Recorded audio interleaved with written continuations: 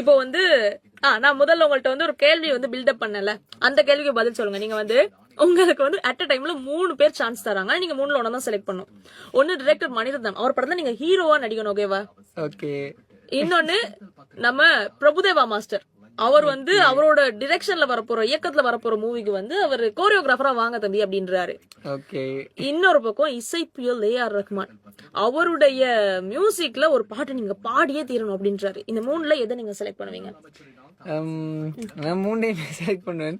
But ஆனா என்னன்னு சொன்னா இதெல்லாம் சாய்ஸே விடக்கூடாதுங்க, அவங்கள எவ்வளவு பெரிய லெஜெண்ட். பட் இது வந்து இது ஜஸ்ட் ஒரு வார்த்தையா இல்லாம பழிச்சா ரொம்ப ஹாப்பியா இருக்கும். பட் அதை விட என்னன்னு சொன்னா இதெல்லாம் சாய்ஸே வைக்க கூடாது. நமக்கு எது அந்த 3 பேர்லயும் எது ஃபர்ஸ்டா கிடைக்குதோ பக்கத்து போயிடணும். போய் நம்ம பாட்டு பாடுறோமா பாடிடணும், நடிக்கிறோமா நடிச்சிடணும், டான்ஸ் ஆடுறோமா ஆடிடணும், எல்லாத்தையுமே பண்ணிடணும் அட் அ டைம்ல. ஆமா.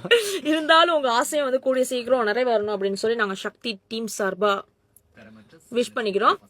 அண்ட் இன்னொரு விஷயம் கேட்கணும், நீங்க வந்து சூப்பரா பாடுவீங்கல்ல, இப்போ பட்டாசு பாலு அப்படின்னு ஒரு பாடல் சொல்லிருக்கீங்க. இப்போ நார்த் மெட்ராஸ்ல வந்து புள்ளிங்கோ அப்படின்னு ஒரு ஸ்டைல் இருக்குல்ல, அவங்க தான் வந்து மோஸ்ட்லி இந்த கானா சாங்ஸ் பாடுவாங்க, இந்த மாதிரிலாம் இருக்காங்க. சோ நீங்க வந்து அதுல இருந்து இன்ஸ்பயர் பண்ணி பாடுறீங்களா, இல்லாட்டி நீங்க உங்களுக்கு ஒரு ஸ்டைல் உருவாக்கணும் அப்படின்னு நினைச்சு பண்ணதா? இது எனக்கு ஒரு யூனிக்கான ஒரு ஸ்டைல் உருவாக்கணும்னு தான் நான் அதை பண்ணி கொண்டிருக்கிறேன். ஏன்னு சொன்னா இப்ப கானாவோடய நிறுத்த போறது இல்லை, அடுத்த ஒரு ரேப் சாங் ஒன்று ஒர்க் நடந்து இருக்கு. அதை தாண்டி மெலோடியும் நான் ட்ரை பண்ணுவேன் அடுத்ததா. ரேப் சாங் வந்து மிருன் பிரதாப்னு சொல்லி ஒரு அண்ணாவோட அவரோட தான் நான் ப்ரொஜெக்ட் பண்ணி கொண்டிருக்கேன். அப்ப இதுதான் பெரும் இதுதான் பெறாதுன்னு இல்லாம எல்லாத்தையுமே ட்ரை பண்ணுவோம். எது கரெக்டா மக்களுக்கு பிடிக்குதோ அதை அவங்ககிட்ட அவங்களோட செஞ்சு பண்ணுவோம். கடல்ல 1000 மீன் இருக்குது, எல்லா விதையும் இறக்கி விடுவோம், எது பச்சைக்குன்னு கேட்ச் ஆகுதோ அதை பிடிச்சுக்கட்டும் அப்படின்ட்டீங்க. ஓகே, இப்போ நீங்க சொல்லுங்க, லைக் இப்போ பட்டாசு பாலு அப்படின்னு ஒரு சாங் பாடி இருக்கீங்கல்ல, நீங்க பாடி பெர்ஃபார்ம் பண்ணிருக்கீங்க, டான்ஸ் எல்லாம் சூப்பரா ஆடி இருக்கீங்க.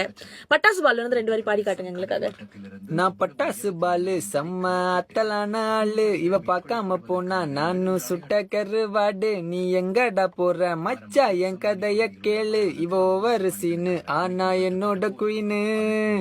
ஓகே, குயின்ட்டீங்க. இப்போ வந்து கட்டாயம் இந்த கேள்வி வந்து நாங்க கேட்டே ஆகணும். பிகாஸ் நீங்க வந்து ஒன் ஏர் ரேடியோல வந்து ஹலோ சக்தியில சொல்லிட்டீங்க, நீங்க வந்து ஒரு ரொமான்டிக் பாய் அப்படின்னு சொல்லிட்டீங்க. இப்போ வந்து ஒரு பொண்ணு அப்படின்னா வந்து உங்களுடைய பெர்ஸ்பெக்டிவ்ல எப்படி எதிர்பார்ப்பீங்க? பொண்ணு பொண்ணு மாதிரி இருக்கணுங்க. என்னங்க இப்படி சொல்லிட்டீங்க? பாத்தீங்களா, நான் உங்களை வந்து எப்படி மாட்டி விட்டேன் அப்படின்னு. அதுதான் சொல்றேன். ஓகே சரி, ஒரு பொண்ணை பத்தி கவிதை எழுதணும் அப்படின்னா ஒரு 2 வரில சொல்லுங்க. உங்களுடைய கனவு கன்னிய பத்தி கவிதை சொல்லுங்க. ஏதாச்சும் ஒரு ஆக்ட்ரஸ்னாலும் பரவாயில்ல. எனக்கு கனவு கன்னி